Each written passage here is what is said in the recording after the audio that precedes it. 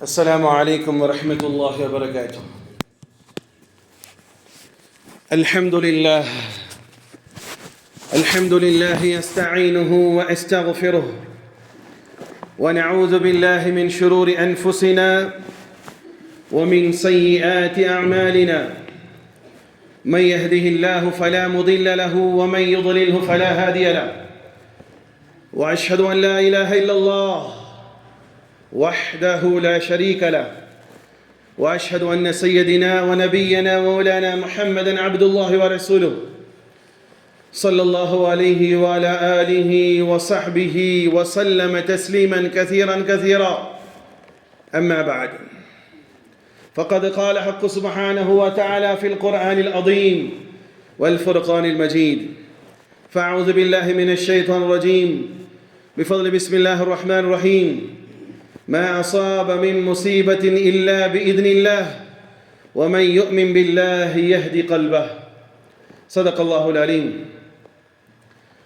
قال رسول الله صلى الله عليه وسلم الدنيا سجن المؤمنين وجنة الكافرين أو كما قال عليه الصلاة والسلام. اللهم رب اشرح لي صدري ويسر لي أمري واحلل عقدة من لساني يفقه قولي ربي زدني علما وارزقني فهما ربي يسر ولا تعسر وتمم لنا بالخير. புகழும் புகழ்ச்சியும் வல்லவன் அல்லாஹ் ஒருவனுக்கு மாத்திரம் உண்டாகட்டுமாக. சாந்தியும் சமாதானமும் இவ்வுலகை சத்தியத்தின் பால் ஈர்த்த உத்தம நபி ஸல்லல்லாஹு அலைஹி வஸல்லம் அவர்கள் மீதும் அன்னாரின் குடும்பத்தாரின் மீதும் அவர்களை முற்றிலுமாக அடிபணிந்து நடந்த சத்திய தோழர்கள் சஹாபாக்கள் மீதும் இங்கு அமர்ந்திருக்கக்கூடிய உங்கள் மீதும் என் மீதும் உலகத்திலே வாழக்கூடிய அத்துணை மக்கள் மீதும் அல்லாஹ்வினுடைய சாந்தியும் சமாதானமும் என்றென்றும் நின்று நிலவட்டுமாக. பிரியமான சகோதரர்களே,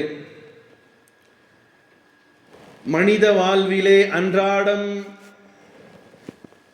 காண கிடைக்கக்கூடிய இரண்டு சம்பவங்களை பற்றி இன்றைய ஜும்மாவிலே பார்க்கலாம். பொதுவாக மனிதன் இரு நிலைகளில் இருப்பான். ஒன்று சந்தோஷமா இருப்பான் அல்லது துக்கமா இருப்பான். துக்கம் சந்தோஷம் எல்லாருடைய வாழ்க்கையிலும் உண்டு. சில பேருக்கு நிமிஷத்துக்கு துக்கம் வருது, நிமிஷத்துக்கு சந்தோஷம் வருது. அப்போ துக்கம் சந்தோஷம் என்பது அன்றாடம் நம்முடைய வாழ்க்கையில் நடைபெறக்கூடிய ஒரு சமாச்சாரம்.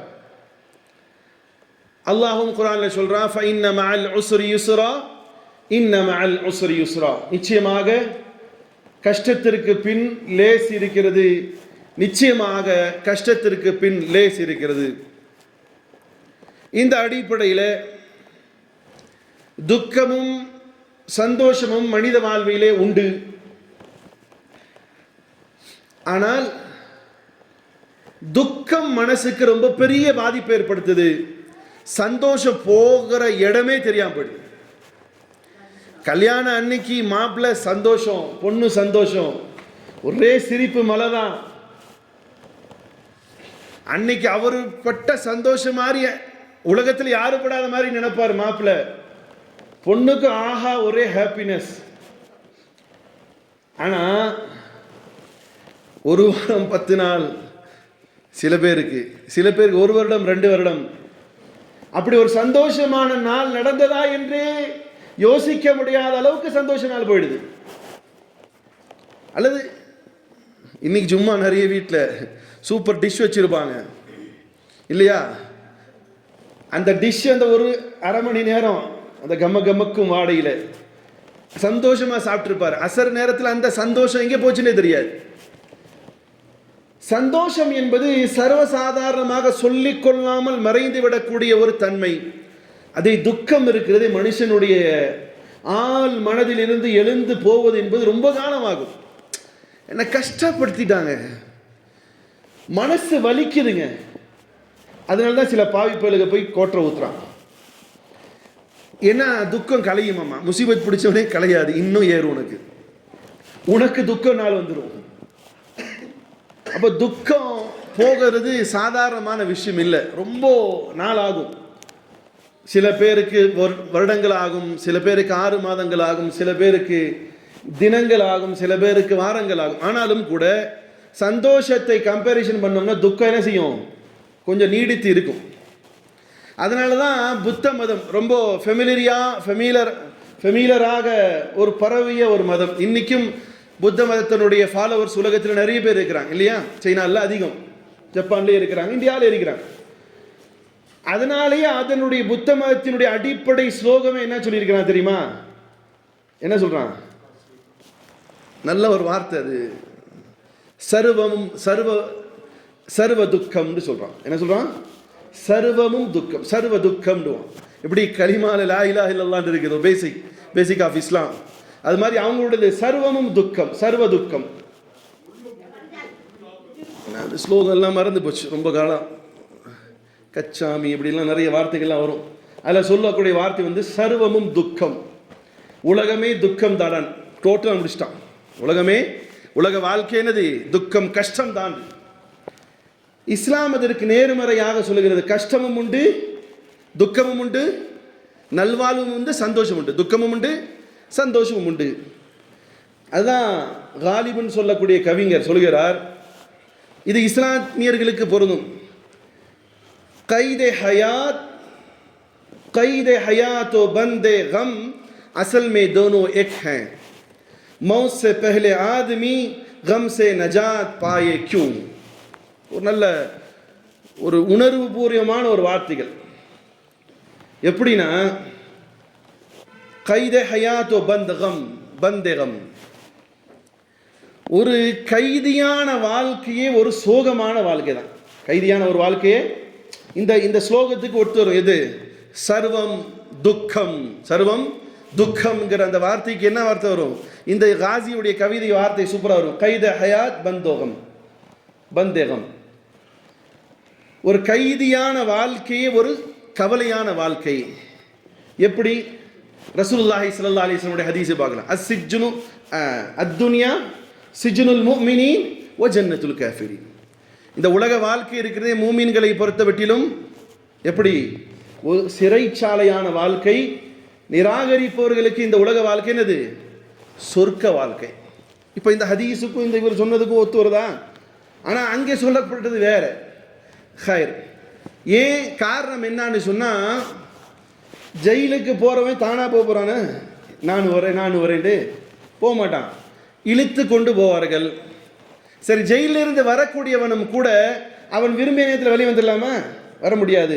அவனை அனுப்பப்படுவார்கள், அவனை அனுப்பி வைப்பார்கள். இது போல தான் வாழ்க்கையில், மனிதனுடைய வாழ்க்கையில் துக்கம் சொல்லி கொண்டு வராது, சந்தோஷம் சொல்லி கொண்டு போகவும் செய்யாது. துக்கம் சொல்லிக்கொண்டு வராது, சந்தோஷம் போயிட்டு வர மாப்பிள்ளைன்னு சொல்லிட்டு போகாது. துக்கம் எப்பொழுது வேணாலும் வரும், சந்தோஷம் எப்பொழுது வேணாலும் வரையும். சந்தோஷம் எப்பொழுது வரலாம், சந்தோஷம் இருக்க இருக்க துக்கமும் உடனே வந்துவிடும். இது எப்போ வரைக்கும் நடக்கும்னு சொன்னால், மவுத் ஆகணும்னா மட்டும்தான் அதுலேருந்து விடுதலை. மரணம் தான் என்ன செய்ய முடியும்?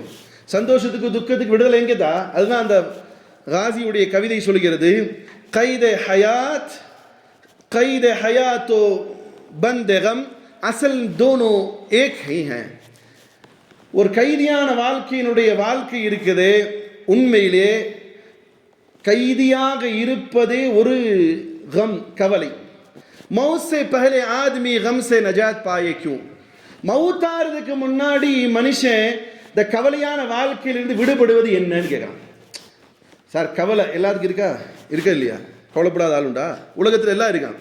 சார், அந்த கவலையிலிருந்து விடுதலை எதுக்கு, எங்கே கிடைக்கும்? எங்கே சார் கிடைக்கும்? செத்தாதான் கிடைக்கும். செத்தாதான் விடுதலை. அந்த துக்கத்திலிருந்து, கஷ்டத்திலிருந்து விடுதலை. சில பேர் சொல்லுவாங்க பாருங்க, செத்து தொலையலாம் போல இருக்குது சொல்லுவாங்களா இல்லையா? சார், உண்டா இல்லையா? செத்து தொலையலாம். எங்கே தொலைகிறது? செத்ததுக்கு அப்புறம் தான்ப்பா அவனுடைய உண்மையான கண் துறக்க போகுது. செத்தால் என்ன செய்யாது? துக்கம் போகாது, கஷ்டம் தீராது. அப்போ அதான் கேட்கிறாரு, மௌத் சே பஹலே ஆதமி கம் சே நஜாத் பாயே கியூ. செத்துறதுக்கு முன்னாடி கவலையிலிருந்து விடுபட்டு என்ன பலன் ஆக போகுது? இப்போ சாவுறது தான் கவலையிலிருந்து வெளியே போகிறதுன்னு சொன்னால், அந்த செத்ததுக்கு அப்புறம் என்னத்த இல்லை. உண்மை அறிந்தவர்களுக்கு தெரியும், மௌத்தார வரைக்கும் கஷ்டம், கவலை, துக்கம் எல்லாம் இருக்கும். மௌத்தாயிட்டா துக்கமும் கஷ்டமும் போகும் இதுவும் நினைக்கிறவங்களே இல்லை.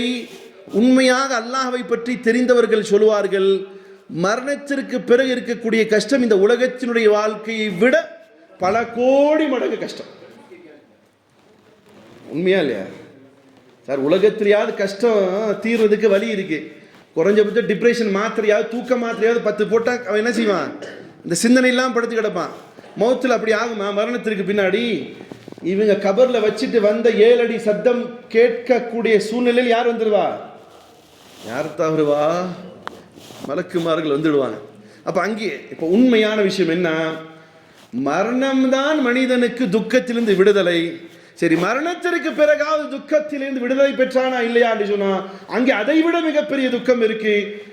அந்த துக்கமானது நல் அமல்கள் செய்தவர்களுக்கு அது சுபிட்சமான வாழ்க்கை கொடுக்கும், கெட்ட அமல்களை செய்தவர்களுக்கு மிக மிக கஷ்டமாக இருக்கும். அந்த டாபிக்ல போனால் மாறும். சரி, இப்போ மேட்ருக்கு வரேன். இப்போ கஷ்டம் அல்லாஹ் நமக்கு லேசாக்கி தரட்டும். அந்த மரணத்திற்கு பின்னால் உள்ள வாழ்க்கையை நமக்கு துக்கம் அல்லாத சந்தோஷமான வாழ்க்கை தரட்டும். ஆமீன். காரணம் என்னன்னு சொன்னா, நபி ஸல்லல்லாஹு அலைஹி வஸல்லம் சொல்றாங்க,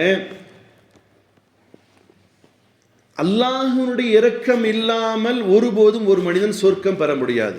அல்லாஹ்வுடைய இரக்கம் இல்லாமல் ஒரு மனிதனும், அப்படி அல்லாஹ் இறக்கப்படட்டும் என் மேல, உங்க மேல, எல்லாரும் மேலையும், அந்த மௌத்தாய் கபர்ல வைக்கும் போது உண்மையான துக்கம் கலைஞ்சு போகட்டும். உண்மையான துக்கம் கலைஞ்சு போகட்டும். அப்ப அல்லாஹ்வுடைய அருளால் மட்டுமே துக்கம் என்ன செய்யப்படும்? களையப்படும். எந்த அளவுக்கு? ரசூலே கரீம் ஸல்லல்லாஹு அலைஹி வஸல்லம் சொல்கிறார்கள், லா யுத்கிலு அஹதன் அமலுஹுல் ஜன்னah. உங்களுடைய செயல்கள், நல் செயல்கள் உங்களை சொர்க்கத்தில் நுழைவிக்க விடாது. அப்புறம் என்ன அர்த்தம்? ஒருத்தர் இரவு முழுவதும் தஹஜ்ஜுத் தொழுகிறாரு, பகல் முழுவதும் குர்ஆன் ஓதுறாரு. இவர் நினைக்க கூடாது, என்னுடைய தஹஜ்ஜுத்தும் என்னுடைய குர்ஆனும் எனக்கு சொர்க்கத்தை பெற்று தரும். ஏன்னா இந்த அமல்களால் எவனும் என்ன செய்ய முடியாது? சொர்க்கம் நுழைய முடியாது. நபி சொல்றாங்க, லன் யுத்கில அஹதன் அமலுஹுல் ஜன்னah. உங்களுடைய அமல்களால் சொர்க்கம் செல்ல முடியாது. ஒரு ரொம்ப மனசு ரொம்ப தைரியமான சஹாபி கேட்கிறார், காலு வலா அன்த யா ரசூலல்லாஹ். நபி அவர்களே, நீங்களும் கூட வாண்டு, நீங்களும் கூட வாண்டு. நபியுடைய அமலுக்கு முன்னாடி இந்த உம்மத்துடைய அமல் செல்லுமா? நிற்க முடியுமா? சஹாபிகார யா ரசூலல்லாஹ், உங்களுடைய அமல் அப்படியான்னு கேட்கிறார். قال لا وانا الا ان يتغمدني الله بفضل ورحمه. நபி சொல்றாங்க, ஆம், நான் செய்த அமல்களாலும் கூட சொர்க்கம் செல்ல முடியாது. எதுவரையிலும் அல்லாஹ்வினுடைய ஃபதுல், கிருபையும் ரஹ்மா, இரக்கமும் என் மீதும் கிடைக்கப்பெறாதோ அதுவரையிலும் நானும் கூட சொர்க்கம் செல்ல முடியாது. சொல்லிவிட்டு நபி ஸல்லல்லாஹு அலைஹி வஸல்லம் சொன்னாங்க, ஃபஸத்து வகாரிபு வலா யத. அது நீண்டிட்டு போகும் அந்த ஹதீஸ். மொத்தத்தில் அல்லாஹ்வினுடைய இரக்கம் இருந்தால்தான் கபரிலும் கூட என்ன கிடைக்காம இருக்கலாம்? என்ன கிடைக்காம இருக்கலாம்? துக்கம் கிடைக்காமல் இருக்கலாம். துக்கத்தினுடைய விடுதலை எது? மரணம்தான். மரணமே துக்கத்தினுடைய விடுதலை ஆகாது. சில பேருக்கு அந்த மரணம் மிக ஆழமான துக்கத்தை ஏற்படுத்தலாம். சரி, அல்லாஹ் இதை விட்டும் என்னையும் உங்களையும் நம் சந்ததிகளையும் நிரந்தர துக்கத்தை விட்டும் காப்பாற்றிடுமாறு. ஏன்னா துக்கம்ங்கிறது கஷ்டத்துக்கு தான் சொல்றோம். கஷ்டம் கஷ்டம் கஷ்டம். சரி, கஷ்டம் நீண்ட டாபிக். எவ்வளோ இந்த வாரம் முடியுதோ சொல்றேன் இன்ஷா அல்லாஹ், புரிஞ்சுக்கோங்க. 2 விதமான கஷ்டங்கள் உண்டு. அதில் ஒன்று மனிதனுடைய சிந்தனைக்கு அப்பாற்பட்டது, அல்லது மனிதனுடைய எண்ணத்திற்கு, அவனுடைய சிந்தனைக்கு அப்பாற்பட்டது. எப்படி? அது உதாரணம் சொல்லட்டுமா? இப்போ உதாரணத்துக்கு ஜல்சலா, நிலநடுக்கம். மனுஷனால் முடியுமா? மனுஷனால் ஜல்சலாவை, நிலநடுக்கத்தை கொண்டு வர முடியுமா? மனுஷனால் பூகம்பத்தை கொண்டு வர முடியுமா? மனுஷனால் இதே மாதிரி ஒரு ஜும்மால மிகப்பெரிய ஃபெமிலியரான இடம், அது என்னது, கேரளாவில் வெள்ளப்பறக்கு ஏற்பட்டது, வயநாடுல, அது மாதிரி மனுஷனால் உருவாக்க முடியுமா? இது மனிதனுடைய சிந்தனைக்கு அப்பாற்பட்ட ஒரு அழிவு, சோதனை. அதே அதுலேயும் கூட 2 விஷயம் இருக்கு. ஒன்று கூட்டாக நடக்கக்கூடியது, வானம் அல்லது பூமியிலிருந்து வரக்கூடிய துக்கங்கள். உதாரணத்துக்கு சுனாமி எங்கிருந்து வந்துச்சு? அது பூமியிலிருந்து வந்த ஒரு துக்கம், அது சோதனை, கஷ்டம். இன்னொன்று வானத்திலிருந்து வரக்கூடியது, மழையால் ஏற்படக்கூடியது. இது கூட்டாகவும் மனிதர்கள் பாதிக்கப்படலாம். இந்த துக்கத்திலே கஷ்டத்திலே சில நேரங்களில் அஃப்ராதுன்னு சொல்லுவாங்க, பர்சனலாக பாதிக்கப்படலாம்.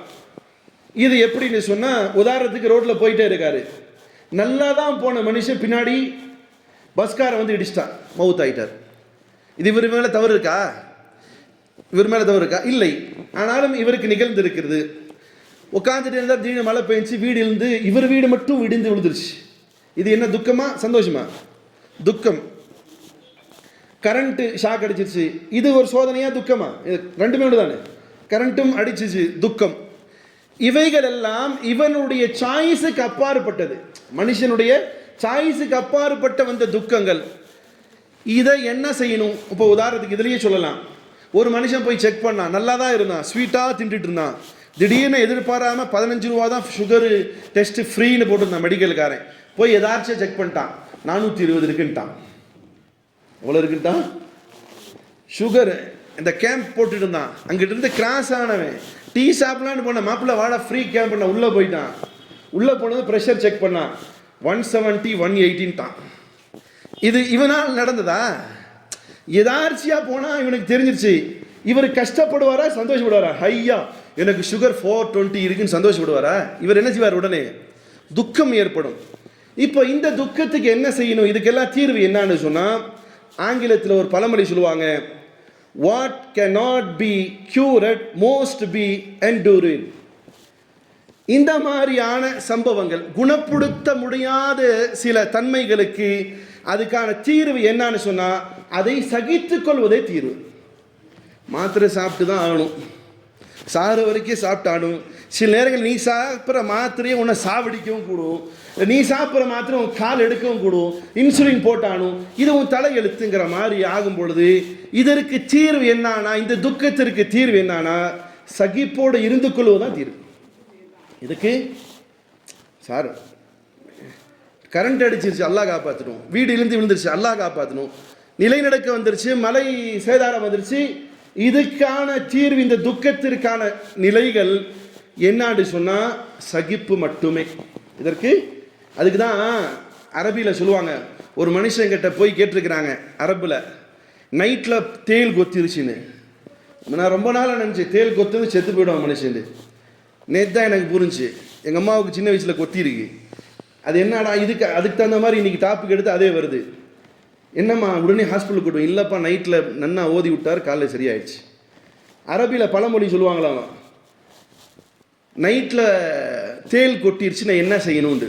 அதுக்கு அரபியில் சொல்லுவாங்களாம்மா, அல் புகா இல சபா. அதுக்கு என்னையா மருந்து? இந்த துக்கத்துக்கு என்ன மருந்து? நைட்டு தேல் கொட்டிருச்சு, அதுக்கு என்ன மருந்து செய்யணும்னு சொன்னால் ஒன்றும் இல்லைங்க. அதுக்கு என்னென்னா அல் புகான்னு அழுகன்னு அர்த்தம், ஹத்த சபாஹனா காலை விலைக்கு அழுகிறது அதுக்கு தீர்வு, மருந்து.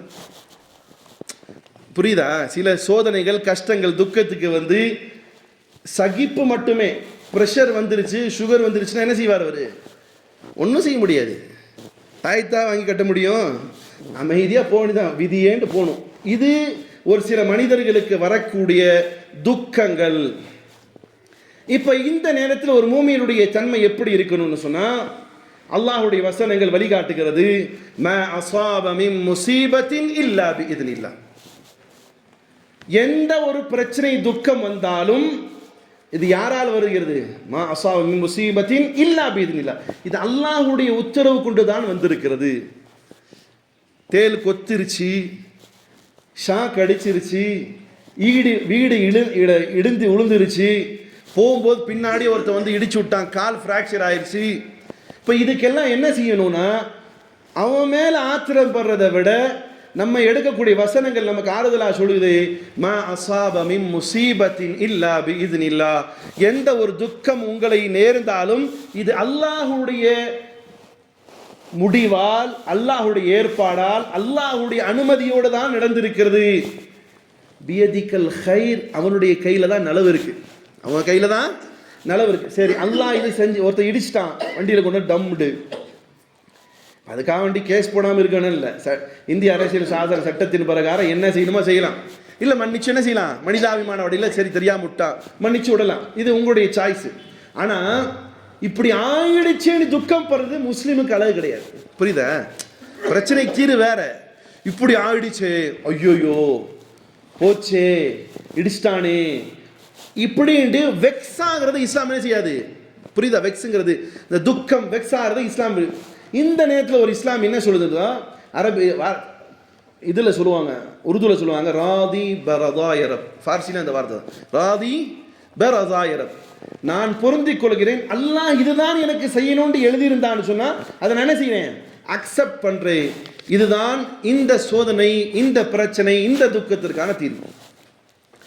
இரண்டாவது, நீண்ட சம்பவங்களை புரிய வச்சதான் உங்களுக்கு புரியும். ஆனாலும் எவ்வளோ ஷார்ட்டாக புரிய வைக்கன்னு பார்க்கணும். ஏன்னா இன்னைக்கு துக்கங்கள் தான் அதிகமாக இருக்குது. செய்தியை திறந்தா நல்லதாக போடுறான். நல்லா செய்தித்தாள் படித்து ரொம்ப காலம் ஆச்சு. முடி வெட்ட போகும்போது அந்த கடையில் வச்சுருந்தா அந்த 2 நிமிஷம் படிப்பேன், அதுலேயே சைத்தானாக இருக்கும், போடான்னு விட்டுடுவேன். செய்தித்தாள்கள் நல்ல செய்தியாக வருது, அட ஃபேஸ்புக் வாட்ஸ்அப்லேயாவது நல்ல செய்தியை போடுவாங்கண்ணா. ஒரு மெசேஜ் வருது மவுத்துண்டு, இன்னார் இல்லா சொல்லி சொல்லி இவனுக்கு இன்னார் இல்லா சொல்கிற வரைக்கும் போட்டுட்டு இருப்பாங்க பொழுது. யா அல்லாஹ், ஒரு நல்ல செய்தியாக வராது. ஒரு ஹதீஸு, ஒரு என்கரேஜ்மெண்ட் பண்ணுற மாதிரி. மவுத் ஆகிட்டார், அல்லாஹ்வுடைய நாட்டம், அவருடைய ஃபோட்டோ போட்டு இத்தனை வயது இப்படி இருந்து, என்னப்பா ஏன் இப்படி துக்கம் அடையணுமா, வாழ்கிறவன் நல்லா வாழ்ந்துட்டு போட்டுப்பா, போயிட்டா அவனுக்காக துவா செய்வோம். இப்போ துக்கங்கள் நிறைந்த ஒரு காலகட்டத்தில் நாம் இருக்கிறோம். துக்கத்தையும் கூட பிரித்து நம் நிலைகளை உணர்ந்து துக்கத்திலிருந்து களைவதை பற்றிய பார்த்தோம் மட்டும்தான் நம்முடைய துக்கங்கள் வெளிவரும். சரி, துக்கங்கள் வர்றது எங்கிருந்து வருது? யார் கொடுக்குறா துக்கம்? பக்கத்து வீட்டுக்காரன் தானே, எகுத்த கடைக்காரன் தானே, எலுமிச்சம்பழம் தானே? இல்லை, அல்லாஹ்வினுடைய உத்தரவால் வருகிறது. சரி, இந்த துக்கத்திலையும் கூட 2 விதமான நபர்களை காணலாம். ஒன்று, அல்லாஹ் சில பேருக்கு துக்கத்தை கொடுப்பான். எதுக்கு தெரியுமா? அவனை உயர்த்த வேண்டும் என்பதற்காக வேண்டி. எப்படி 4th படிச்சிருந்த பையன் அப்புறம் எங்கே போவான்? 3rd கிளாஸுக்கு தானே வருவான், 5th போவான். இது மாதிரி அல்லாஹ் மனிதர்களை பக்குவப்படுத்துவதற்கு என் அடியான் நான் கொடுத்த எக்ஸாமில் எப்படி அவன் இருக்கிறான், பொறுமையாக இருக்கிறான்னு சொல்லிட்டு ஃபஸ்ட்டு ஒரு சோதனை வரும். அவன் அக்செப்ட் பண்ணி ராசி பரதா எரப், என்னுடைய அல்லாஹ் கொடுத்த அந்த சோதனை துக்கத்தை நான் பொருந்து கொள்கிறேன், அக்செப்ட் பண்ணிடுவான். அப்படியா, உண்மையிலேவா, அடுத்தது போடுவோமே. எப்படி நம்ம விளையாடுவோம் சின்ன பிள்ளைகிட்ட, கீழே காட்டுவோம், துணிஞ்சு வருவான். இப்போ இப்படி காட்டுவார் சாக்லேட்டு, என்ன செய்வான் தம்பி, தவுவான். உடனே கொடுத்துருவீங்களா? என்ன செய்வீங்க? கையை கொஞ்சம் இன்னும் தூக்குவீங்க. அப்போ தூக்குனா அவன் பிடிக்க மேலே பிடிக்க வருவான், திரும்ப விட்டுருவீங்களா? இன்னும் கொஞ்சம் மேலே தூக்குவீங்க. இது போல் அல்லாஹ் தன் அடியானை சோதிப்பான். இதில் சக்ஸஸ் பண்ணிட்ட அப்புறம் 5th போகிற மாதிரி, 7th போகிற மாதிரி, ஒரு கட்டத்தில் போய் பிஹெச்டி பண்ணால் கூட பிஹெச்டியில் சில டாக்குமெண்ட் சப்மிட் பண்ண விட மாட்டான். சில நேரங்களில் குழுவாக உட்காந்து டீம் உட்காந்து என்கொயரி பண்ணு, நீ எப்படி, நீ யார்ட்டையாவது காப்பிடிச்ச திருடினியான்னு கேட்பான். இது மாதிரி தான் அல்லாஹும் சில நபர்களை அல்லாஹ் சோதிப்பான். அல்லாஹ் சொல்கிறான் குர்ஆன்ல, வலியுப்லியல் முஃமினீன மின்ஹு பலாஅன் ஹஸனா, அழகிய சோதனை கொண்டு சோதிப்பேன் அல்லாஹ் சொல்றான். சில நபர்கள் என்ன செய்வான், அந்த மனிதனை அல்லாஹ்வுடைய சன்னிதானத்தில் கண்ணியப்படுத்துவதற்காக வேண்டி எந்த அளவுக்கு சோதிப்பான்னு சொன்னால், இந்த பலா, அதாவது யுபுல்லா அப்படின்ற அந்த அரபி வார்த்தைக்கு சரியான அர்த்தம் சொன்னோன்னு புடம் போடுவதுன்னு அர்த்தம். ஒரு கஷ்டத்தில் போட்டு தங்க செய்கிறதுக்கு என்ன சொல்லுவாங்க, புடம் போடுறது தானே. தங்கம் செய்கிறது, அந்த தங்கத்தை உருக்கி செய்வாங்களா, அதுக்கு என்ன தமிழ் நல்ல வார்த்தை இருக்குது. அப்போ அந்த தங்கத்தை புடம் போடுறது, போட்டு போட்டு அதை எரிச்சு எரிச்சு எரிச்சு எரிச்சு எரிச்சு ஒரு கட்டத்தில் தூக்கிட்டு வந்து வெளியே நிப்பாட்டுவான். நம்மால் வாயில் திறந்துட்டு பார்ப்பான், 8000 கிராம் ஆனாலும் பரவாயில்ல கொடுங்கன்றான். அப்போ மனிதனை அல்லாஹ் சிலர் அடியார்கள், எல்லாத்துக்கும் என்ன சோதனை வராது. நம்மளால சோதனை எல்லாம் சும்மா தலைவலிச்சா தடுக்கி வீட்டிலேருந்து வெளியே போகும்போது காலில் அடிபட்டுச்சுன்னா சி என்னையா சோதனை அப்படிங்கிறான். இதெல்லாம் சோதனை இல்லை, புடம் போடுற சோதனை உண்டு. அல்லாஹ் அப்படியே போட்டு பிழிஞ்சு எடுத்து எப்படி காட்டுவான்னு சொன்ன ஒரு கட்டத்தில், இவரை பாருங்கள் என் அடியான் இவ்வளோ உயரமானவன், இவ்வளோ நல்லவன் என்பதை உலகத்தாருக்கு காட்டுவதற்காக சோதனை மேல் சோதனை போடுவான். இது ஒரு விதமான சோதனை. இந்த சோதனை என்பது அவனுக்கு கஷ்டத்தை ஏற்படுத்தும். மற்றொரு சோதனை இருக்கு. யாருன்னா நல்லடியானா இருப்பான், நல்ல மனிதன் தான் அவன், அவனுக்கு திடீர்னு சோகங்கள் சூழ வரும், கஷ்டம் வரும். இப்போ ஏன் இவனுக்கு இது வருதுன்னு சொன்னால், அல்லாஹ் டிசைட் பண்ணிடுவான், இவன் நல்லடியான், இவன் நல்ல அடியான், இவனுக்கு இவன் செய்த சில தவறுகள், உதாரணத்துக்கு தெரிந்து செய்திருக்கலாம், தெரியாமலே செஞ்சிருக்கலாம். அந்த தவறுக்கு அல்லாஹ் மறுமையில தண்டிக்க விரும்பல. இப்போ உதாரணத்துக்கு ஒரு மனுஷன் போயிட்டு இருக்கும்போது திடீர்னு வண்டியை கொண்டு வந்து காலில் இடிச்சிட்டான். இவன் என்ன பண்ணிட்டான், சரி ஓகே போங்கன்ட்டான். இப்போ இவன் செஞ்ச செயல் என்னது, மன்னிச்சிட்டான் இல்லையா? அல்லாஹ் எவ்வளவு கருணையாளன், இவனை இடிச்சவனே மன்னிச்சிட்டான், இப்போ இவனை மன்னிக்கணும். இப்போ என்ன செய்யலாம், இவன் மறுமையில தண்டிக்கப்படக்கூடாது என்பதற்காக வேண்டி இவன் காலில் உடச்சி விட்டுலாம், அல்லது காய்ச்சல வந்துடலாம், இல்லை டைஃபாய்டில் படுத்துடுவான், இல்லை ஏதாவது ஒரு பிரச்சனையில் ஆழ்த்திடுவான். ஏன் இந்த மனிதனுக்கு வந்தது என்று சொன்னால், மறுமையில அவன் அந்த அடியானை அல்லாஹ் தண்டிக்க கூடாது என்பதற்காக உலகத்திலே தண்டித்து அவனை சோதனைக்கு அல்லது சோகத்துக்குள்ளாக்குவான். இப்போ இது ரெண்டாவது விஷயம். மூணாவது பாருங்க சகோதரர்களே, இந்த மாதிரியான சோதனை வரும்பொழுது, இந்த ரெண்டாவது சொன்னது அது நார்மல், அவனுடைய பாவத்தை மன்னிப்பதற்கு. முன்னால் சொன்ன சோதனையில் வருவோம். இப்போ அல்லாஹ் என்னையும் சோதிக்க வேண்டாம், உங்களையும் சோதிக்க வேண்டாம், அந்த துக்கத்தை கொடுக்க வேண்டாம். ஏன்னா அப்படி இருந்தாலும் அல்லாஹ் சில துக்கங்கள் அவனுடைய சக்திக்கு அப்பாற்பட்ட துக்கத்தை யாருக்கு தருவதில்லை. லா யுகல்லிஃபுல்லாஹு நஃப்ஸன் இல்லா உஸாஹா. அல்லாஹ் சொல்கிறான், எந்த ஒரு ஆத்மாவையும் அவன் தாங்க முடியாத அளவுக்கான துக்கத்தை கொடுப்பதில்லை, சோதனை கொடுப்பதில்லை. அப்போ நமக்கு துக்கம் சோதனை வரும் பொழுது வெக்ஸாக வேண்டியதில்லை. என்ன செய்யணும், உதாரணத்துக்கு ஒரு மனுஷனுடைய சோகங்கள் எப்படி இருக்குன்னு சொன்னா, ஏதாவது ஒரு உதாரணத்துக்கு சொல்றேன். ஒரு வியாபாரம் செய்யறான், நல்லா வருது, திடீர்னு லாஸ் ஆயிடுது. ஒரு வியாபாரம் செஞ்சுட்டே இருக்கிறான், போயிடுது. அடுத்து ஸ்டார்ட் பண்றான், போயிடுது. அடுத்து இப்போ இவன் என்ன சந்தோஷமாக இருப்பான், எது தொட்டாலும் வரமாட்டேங்குது. நல்ல தாய் துணை தெரியுங்களா, எது தொட்டாலும் விளங்க மாட்டேங்குது. நானும் என்னென்னமோ முயற்சி பண்றேன், ஒன்றும் ஆக மாட்டேங்குது இப்படின்னு சொல்ல கூட்டம் இருக்கு. ட்ரீட்மெண்ட்டுக்கு நான் என்னென்னமோ பண்றேன், எனக்கு ஒன்றா எதுவுமே முடியல. இப்போ இவர் என்ன செய்யறாரு, அவர் துக்கத்தில் தான் இருக்கார், சந்தோஷமா இருக்கார், துக்கத்தில் இருக்கார் சார், துக்கத்தில் இருக்கார். இப்போ இவருடைய மனநிலை எப்படி போகணும், ஃபர்ஸ்ட் சொன்ன மாதிரி என்னை அல்லாஹ் தேர்வு செய்து சோதிக்கிறான், என்னுடைய துக்கம் நிரந்தரமற்றது, அல்லது இந்த துக்கத்திற்கு முடிவு என்பது நல்லதாக இருக்கும். துக்கத்திற்கு முடிவு என்பது நல்லா இருக்கும். ஏன், அல்லாஹ்வுடைய வசனங்கள் நம்மளை எப்படி ஒரு கட்டுப்பாடான முஸ்லீமாக தெரியுமா? சகோதரர்களே, தயவு செஞ்சு உங்கள்கிட்ட ரிக்வெஸ்டாக கேட்குறேன், தமிழில் குரான் படிங்க. இதில் படிங்க, தமிழில் குரான் தயவு செஞ்சு படிங்க. இன்னிலிருந்து படிக்கிறேன்னு சொல்றாள் கை தூக்கும் பாருங்க. தைரியம் இருக்கா? தைரியம் யாருக்கு இல்லையா? ஒரு 4-5 பேருக்கு இருக்கு. இன்னிலிருந்து இன்ஷா அல்லாஹ் நான் தமிழில், சார் பொண்ணா கொடுக்க போறாங்க, உடனே அடுத்த உங்க பொண்டாட்டி வந்து சண்டைக்கு வர்றதுக்கு குரான் ஓதுறீங்களான்னு கேட்க போறேன், கை தூக்குங்களேன். யார் யார் இன்னிலிருந்து தமிழ் குரான் ஓதுறீங்க? எல்லாம் ஓதுங்க, தயவு செஞ்சு ஓதுங்க. இப்போ கல்லாப்பட்டியில் நாகூர் ஆண்டவர் படத்தை வைக்கிறத விட, அந்த தர்காவுடைய படத்தை வைக்கிறத விட குரானை வச்சுக்கோங்க. கல்லால் ஃப்ரீயாக இருக்கும் போதெல்லாம் கொஞ்ச நேரம் குரான் படிங்க. ஏன்னா இந்த மக்களை எப்படி இஸ்லாம் பக்குவப்படுத்துங்கிறது பாருங்க. அல்லாஹ் சொல்கிறான், அஸா அன் தக்ரஹு ஷைஅன் வஹுவ கைருல் லக்கும், அஸா அன் துஹிப்பு ஷைஅன் வஹுவ ஷர்ருல் லக்கும். அல்லாஹ் சொல்கிறான், மக்களே, என் அடியார்களே, நீங்க சில விஷயங்களை விரும்புவீங்க, அல்லாஹுக்கு பிடிக்காது. அல்லாஹுக்கு நீங்க நினைப்பீங்க, எனக்கு பென்ஸ் காரில் போகணும், நான் 10 பங்களா வாங்கணும், கொடைக்கானல மிகப்பெரிய ஒரு பணக்காரன் ஆகணும் நீங்க நினைப்பீங்க. அல்லாஹுக்கு தெரியும் அது கொடுத்தா உங்களுக்கு மிகப்பெரிய ஆபத்து இருக்கு, அதுக்காக தடிச்சு வச்சிருக்கான். அல்லாஹ் அடுத்து சொல்றான், அஸா அன் துஹிப்பு ஷைஅன் வஹுவ ஷர்ருல் லக்கும், நீங்க பிரியப்படுறதே உங்களுக்கு ஆபத்தாகும், அல்லது நீங்க வெறுப்பீங்க, இந்த லாஸ் ஆகக்கூடாது, துக்கம் ஆகக்கூடாது, பிரச்சனை வரக்கூடாது நினைப்பீங்க. ஆனா அதுதான் அல்லாஹ்வுக்கு பிடிச்சிருக்கும். ஏன் தெரியுமா? அப்படி துக்கம் வரும்போதாவது அல்லாஹ்வை நினைப்பீங்க, அந்த நினைவாவது உங்களை சொர்க்கத்துக்கு எழுதிட்டு போகும். புரியுதா? ஒரு மனுஷன் கஷ்டத்துல இருக்கான், இப்போ கஷ்டம் வந்துச்சுன்னா யாரை கூப்பிடுவீங்க? யார் கூப்பிடுவீங்க? அல்லாஹ்.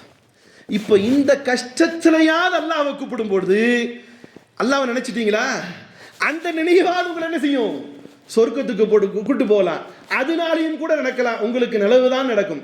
இன்னும் சொல்ல போனா ரசூலுல்லாஹி ஸல்லல்லாஹு அலைஹி வஸல்லம் உடைய, அதாவது ஆரம்ப காலம், அதாவது எப்படி சொல்லுவாங்க, the first 10 years of the prophet Muhammad ஸல்லல்லாஹு அலைஹி வஸல்லம், முஹம்மது ஸல்லல்லாஹு அலைஹி வஸல்லம் உடைய ஆரம்ப கால 10 வருடங்கள் எப்படி இருந்துச்சு? ஃபுல்லி சக்சஸா? எப்படி இருந்துச்சு? கஷ்டம்னா கஷ்டம். எப்போ நுபுவத்து கொடுக்கப்பட்ட 40வது வயசுல அல்லாஹ் எப்போ நபிங்கிற டிக்ளரேஷன் பண்ணானோ, நபி பட்டம் கொடுக்கப்பட்டது, அந்த 10 ஆண்டுகள் எப்படி இருந்துச்சு? தொழுக விடல, என்ன போட்டாங்க மேலே? ஒட்டக குடலை போட்டாங்க. நடக்க முடியல, என்ன செஞ்சாங்க? முள்களை தூக்கி போட்டாங்க. போய் சத்தியத்தை சொன்னா ஏளனப்படுத்தினாங்க. என்னென்ன சொன்னாங்க? மஜ்னூன், பைத்தியம் சொன்னாங்க. எல்லா இழிச்சலும் ஆளாக்குனாங்க. இது நபிக்கு ஏற்பட்ட துக்கமா சந்தோஷமா? ஆயிஷா ஃபாத்திமா ரலியல்லாஹு ஒரு போய் பார்த்து அழுகிறான். அத்தா நீங்க சத்தியத்தை தானே தான் சொல்றீங்க, குடல் எல்லாம் போற. நபி எந்திரிக்க முடியல. ஒட்டகத்தினுடைய குடல் சாதாரணமாக இருக்குமா? ஒரு மனுஷன் தூக்கிட முடியுமா? ஃபாத்திமா ரலியல்லாஹு அன்ஹா தூக்கிட்டு, யா அல்லாவே, அல்லாஹ்வின் தூதரே, என் தந்தையே, நீங்கள் என்னத்தை தப்பு பண்ணீங்க? இந்த சமுதாயம் உங்களை ஏன் இப்படிலாம் இழிவுபடுத்துது? தூக்கி குடலை மேலே போடுறாங்க. நபி எந்திரிக்க முடியல. ஓடி வந்து என் தகப்பனே அழுது தூக்கி போகிறாங்க. அப்போ நபியுடைய ஆரம்ப கால வாழ்க்கை என்பது துக்கத்தை மட்டுமே கொடுத்துச்சு. எந்த அளவுக்கு? அல்லாஹ் சொல்லுறான், லஅல்லக பாகிஉன் நஃப்ஸக அலா அல்லா யகூனு முஃமினீன். நபியே, உங்களுக்கு கொடுக்கப்பட்ட இந்த வேதத்தை மக்கள் ஏற்றுக்கொள்ள மாட்டேங்கிறாங்கிறதுக்காக வேண்டி உங்களை நீங்களே அழிச்சுக்கிட்டுவீங்களான்னு கேட்குறான். எப்படி இருக்கும் பாதிப்பு சார்? அழிக்கிறதுன்னு என்ன சார்? துக்கம் அதிகம் வருமா என்ன செய்யும் மனுஷன்? சிலங்க செத்து போயிடுவான் இல்லையா? அப்போ அந்த மாதிரியான துக்கம் யாருக்கு வந்துச்சு? யாருக்கு சார் வந்துச்சு? காசுக்கா வந்துச்சு? சமூகத்தினுடைய நேர்வழிக்கு அப்படியெல்லாம் துக்கம் வந்துச்சு. ரசூலுல்லாஹி ஸல்லல்லாஹு அலைஹி வஸல்லம் வேலை, தன்னுடைய வேலை, மக்களிடம் சத்தியத்தை போதிக்கக்கூடிய வேலையில் இருந்த நபி ஸல்லல்லாஹு அலைஹி வஸல்லம் ஆரம்பத்தில் துக்கம் தான் இருந்துச்சு. ஆனால் விட முடியுமா? அந்த வேலையை விடலை. என்ன செஞ்சாங்க? கண்டினியூஸ். இது சத்தியத்தினுடைய அடிப்பில். நீங்கள் ஒரு சாதாரணமான பொருளாதாரத்தை ஈட்டுறதுக்கு உங்களுக்கு கஷ்டம் வந்துச்சுன்னா நீங்கள் என்ன சொல்லுவீங்க? அல்லாஹ் என்ன காப்பாற்றணும். நான் சொல்கிறது இல்லை, அல்லாஹ் இதை நிறைத்து வைக்கணும். அல்லாஹ் என்ன அதை மட்டும் ஏன் இப்படி சோதிக்கிறான்? எனக்கு மட்டும் ஏன் வருது இந்த மாதிரி கஷ்டம்? நான் மட்டும் ஏன் இப்படி இருக்கிறேன்? அல்லாஹ்வுக்கு பார்வையே இல்லையா? அல்லாஹ் கண்ணே இல்லையா? அல்லாஹ்வுக்கு இரக்கமே இல்லையா? துக்கத்தினுடைய உச்சகட்டத்தில் ஷிர்க்குடைய வார்த்தைகளை கூட சொல்லிடுறாங்க. சரி, இந்த மாதிரியாக இருந்தாலும் கூட ஒரு மூமியினுடைய நிலைமை எப்படி இருக்குன்னு சொன்னா, சகோதரர்களே, அல்லாஹ்வின் புறத்திலிருந்து வந்திருக்கக்கூடியது அனைத்தையும் நான் ஏற்றுக்கொள்வேன். நிச்சயமாக என்னுடைய முடிவு என்பது நலவாக. நபியுடைய ஆரம்ப 10 ஆண்டு காலம் மிகப்பெரிய கஷ்டம் இருந்துச்சு. ஆனால் அதுக்கப்புறம் என்னாச்சு? வெற்றியே வெற்றி இல்லையா? சாரை சாரையாக கூட்டம். இதாஜா நஸ்ருல்லாஹி வல் ஃபத்ஹ் வரைத்தன் நாஸ யதுகுலூன ஃபீ தீனில்லாஹி அஃவாஜா. நபியினுடைய ஆரம்ப கால மெஹனத், உழைப்பு, அல்லாஹ் எப்படி கூட்டம் கூட்டமாக இஸ்லாத்தின் பக்கமாக வந்த மக்கள் வந்தான். அதனால நம்முடைய வரக்கூடிய சில துக்கங்கள் அது அடிப்படையில் அல்லாஹ்வின் பக்கமாக திரும்பி வந்தால் இஸ்லாம் அப்படிதான் வளர்க்குது. இஸ்லாம் என்ன செய்யுது? மக்களை அப்படிதான் வளர்க்குது. கஷ்டம் வந்தா அல்லாஹ்வின் பக்கமாக திரும்பி, இந்த கஷ்டத்தின் மூலமாக அல்லாஹ் எனக்கு ஒரு படிப்பினை தரப்போகிறான். இந்த கஷ்டத்தின் மூலமாக அல்லாஹ் என்னை மேன்மைப்படுத்த விரும்புகிறான். இந்த கஷ்டத்தின் மூலமாக அல்லாஹ் என்னுடைய பாவத்தை மன்னிக்க விரும்புகிறான். இந்த கஷ்டம் நிரந்தரமற்றது, இதுவும் மாறும் என்ற நிலைமையை தான் ஒரு மூமியினுடைய எண்ணமாக இருக்கும். சரி, அடுத்த ஒரு கஷ்டங்கள், துக்கங்கள் பரவலாக இருக்கட்டும் அல்லது பர்சனல் லைஃப்ல இருக்கட்டும், அல்லாஹ் குர்ஆன்ல சொல்றான், அடுத்த ஒரு துக்கம், கஷ்டம், மா அஸாப மின் முஸீபத்தின் ஃபில் அர்லி வலா ஃபி அன்ஃபுஸிகும் இல்லா ஃபி கிதாபின் மின் கப்லி அன் நப்ரஹா. இப்போ கஷ்டம் வருது. இந்த கஷ்டத்தினுடைய விளைவு என்ன ஆகும்? நான் இப்போ எடுத்தது துக்கமும், டாபிக் என்னது? துக்கமும் சந்தோஷமும். இப்போ கஷ்டம் வந்துச்சுன்னா என்ன வரும்? கூடவே துக்கம் வரும். இப்போ ஒரு துக்கம் வருது. இந்த துக்கம் எதிர்பாராம வந்ததுங்கிற மாதிரி நினைப்போம் இல்லையா? நிறைய பேர் இந்த டைலாக் கேட்டு கேட்டு எனக்கு ஒரு மாதிரி மனநிலையே மாறிச்சு. எப்படி? நல்லா இருந்தாரு, செத்து போயிட்டாரு. நல்லதான் வந்தாரு. இது தப்பான வார்த்தை, இதை தவிருங்க இன்ஷா அல்லாஹ். எப்படின்னா இது அடுத்தவருடைய மனநிலையை பாதிக்கும். என்னன்னா இப்போ எல்லாருமே சொல்லக்கூடிய வாதம், நல்லதான் வண்டி ஓடிட்டு இருந்துச்சு, திடீர்னு என்னையா நல்லா வண்டி ஓடிட்டு இருந்துச்சுன்னா எதுக்கு நிற்க போகுது, ஓடிட்டே இருக்க வேண்டியதானே. உள்ள ஏதோ ட்ரபிள் இருந்துச்சு, வண்டி நீடிச்சு, லைட்டாக காற்று இறங்கிட்டே இருந்துச்சு, அதனால பாதிப்பு பட்டுன்னு உடைஞ்சிருச்சு, பெஸ்ட் ஆகிடுச்சு. இப்படி தான் எடுக்கணும். இப்போ அல்லாஹ் சொல்கிறான் பாருங்க, மா அஸாப மின் முஸீபத்தின், உங்களுக்கு வரக்கூடிய சோதனைகள் எல்லாம் ஃபில் அர்லி வலா ஃபி அன்ஃபுஸிகும், அது உலகத்தில் வானத்திலிருந்து வரக்கூடியதாக இருக்கலாம், பூமியிலிருந்து வரக்கூடியதாக இருக்கலாம், அல்லது உங்களுடைய பர்சனல், உங்களுடைய ஹெல்த் இஷ்யூவாக இருக்கலாம். நல்லா தாங்க, அப்படியே சொன்ன மாதிரி நல்லா தாங்க கிராஸ் பண்ணி போனேன். என்னது? நல்லா தான் கிராஸ் பண்ணி போனேன், ஃப்ரீ கேம்ப்னு போட்டிருந்தான், உள்ள நுழைஞ்சா 420 இருக்குங்கிறான். இது நல்லா தான் அப்போதான் வந்துச்சா? ஏற்கனவே 420 இருக்குது, இல்லை 415 கூட இருந்திருக்கலாம். அப்போ உனக்கு காட்டினது 420. இப்போ இது எதிர்பாரா வந்ததுன்னு நினைக்கிறீங்களா? இல்லை இல்லை இல்லை. இந்த நினைப்பு வரும்போது உங்கள்கிட்ட கொண்டு வாங்க. வலா ஃபி அன்ஃபுசிக்கும் இல்லா ஃபி கிதாபி மின் கப்லி அன் நபராஹா. இது உடனே எதிர்பாரா வரல, மாறாக இது வர வேண்டும் என்பதாக லவ்ஹே மஹ்ஃபூஸ் என்று சொல்லக்கூடிய ஏட்டிலே அல்லாஹ் எழுதி வைத்ததுதான் வந்திருக்கு. இன்னைக்கு இந்த பிரச்சனை நடக்கணும், இந்த கடை லாஸ் ஆகணும், இந்த பார்ட்னர்ஷிப் உடையணும், இந்த வியாபாரம் ஆகாம போகணும், இது எதிர்பாராம நடக்கல, யாராவது சூழ்ச்சியால் நடக்கல, மாறாக அல்லாஹ் எழுதியதுதான் நடந்திருக்கிறது என்பதின் மீது நம்பிக்கை கொள்பவன் தான் ஒரு முஸ்லீமாக இருக்க முடியும். இல்லாவிட்டால் அவனுடைய ஈமான்ல குறை இருக்குன்னு அர்த்தம். அல்லாஹ் அதுக்கு சொல்றான் பாருங்க. சுப்ஹானல்லாஹ், அல்லாஹ் எவ்வளவு மிகப்பெரியவன். அல்லாஹ் சொல்றான் பாருங்க, இன்ன தாலிக அலல்லாஹ் யஸீர். இது அல்லாஹ்வுக்கு ரொம்ப லேஸ். போயிட்டே இருக்கும்போது காருடைய பிரேக் பிடிச்சு விடுறது, மனுஷனுக்கு போற வேகத்தில் பிரேக் பிடிங்கி விடுறது ரொம்ப கஷ்டம். யாருக்கு லேசு? அல்லாஹ்வுக்கு ரொம்ப லேசு. 10 மாடி பில்டிங்கு, ரொம்ப ஸ்ட்ரக்சர் சூப்பராக கட்டியிருக்கிறாங்க. ஆனால் ஒரு ஆட்டி நிலைநிறுக்கத்தில் ஆட்டி விடுறது யாருக்கு லேசு? அல்லாஹ்வுக்கு லேசு. அதான் அல்லாஹ் சொல்றான், இப்படி நடந்துட்டா மூமின்களே, இப்படி உங்களுக்கான பாதிப்பு வந்துடுச்சுன்னா நீங்க உடனே பல பேரை கொண்டு வராதீங்க, மாறாக இது எழுதப்பட்டுதான் உங்களுக்கு வந்திருக்கிறது. அது மட்டும் இல்லை, ஏன் அப்படி சொல்றான் பாருங்கள், லி கைலா அன் தஅசு அலா மா ஃபாதகும். உங்களுக்கு எதிர்பாராம நடந்துருச்சு, நீங்க துக்கப்பட்டுறாதீங்க. அல்லாஹ் சொல்றான் பாருங்க, எவ்வளோ அழகானவன் அல்லாஹ். அவருடைய வசனங்கள் எவ்வளோ நம்மை பக்குவப்படுத்துகிறது. இது எதிர்பாராம நடந்து நினைச்சுக்காதீங்க. இதனால் நீங்க உங்களிடத்திலிருந்து பறிக்கப்பட்ட வியாபாரங்கள், மனைவி, மக்கள், வீடு, சொத்து, சுகம், இதெல்லாம் எதிர்பாராமல் பறிச்சிருச்சுண்டு ரொம்ப துக்கம் அடையாதீங்க. மாறாக இது உங்களுக்கு ஏற்கனவே உங்களுடைய விதியில் எழுதப்பட்டு தான் நடந்திருக்குது. அதனால அந்த நேரத்தில் நீங்க என்ன நினைக்கணும்னு சொன்னா, இது அல்லாஹ் விதியாக்கியது நடந்திருக்கிறது என்பதை நீங்கள் உறுதி கொண்டு, வலா தஃப்ரஹு பிமா ஆதாக்கும். உங்களுக்கு அல்லாஹ் கொடுத்துட்டாங்கிறதுக்காக ரொம்ப சந்தோஷப்படாதீங்க. அல்லாஹ் உங்களுக்கு கொடுத்துட்டாங்கிறதுக்காண்டி சந்தோஷப்படாதீங்க. உங்களிருந்து பறிக்கப்பட்டதற்காக பெரும் துக்கத்தை நீங்கள் அடையாதீர்கள். மாறாக இது எழுதப்பட்டதுதான் நடந்திருக்கிறது என்பதின் மீது நீங்கள் நம்பிக்கை வையுங்கள் என்று அல்லாஹ் துக்கப்படக்கூடிய ஈமான் கொண்ட சகோதரர்களை அல்லாஹ் பக்குவப்படுத்துகிறான். பிரியமான சகோதரர்களே, இந்த துக்கத்தினுடைய விஷயங்கள் இன்னமும் இருக்கிறது. இன்ஷா அல்லாஹ் துக்கப்படாத ஒரு வாழ்க்கையை வாழ வேண்டும் என்று சொன்னால், இல்லை துக்கம் வந்துருச்சுன்னா அதுலேருந்து எப்படி களைஞ்சு போகக்கூடியது, அதுக்கான சொல்யூஷன்களை அல்லாஹுடைய வசனங்களின் மூலமாக, நபி ஸல்லல்லாஹு அலைஹி வஸல்லுடைய வரலாறுகளின் மூலமாக இன்ஷா அல்லாஹ் இது தொடரும். அல்லாஹ் ரப்பல் இஸ்ஸத் உண்மையாக கேட்டு அமல் செய்யக்கூடிய மக்களாக அல்லாஹ் என்னையும் உங்களையும் ஆக்கட்டுமாக. துக்கங்கள் வருவதை அல்லாஹ் தவிர்க்கட்டுமாக. துக்கங்கள் வந்தால் அதை பக்குவமாக குர்ஆனும் ஹதீஸின் அடிப்படையிலே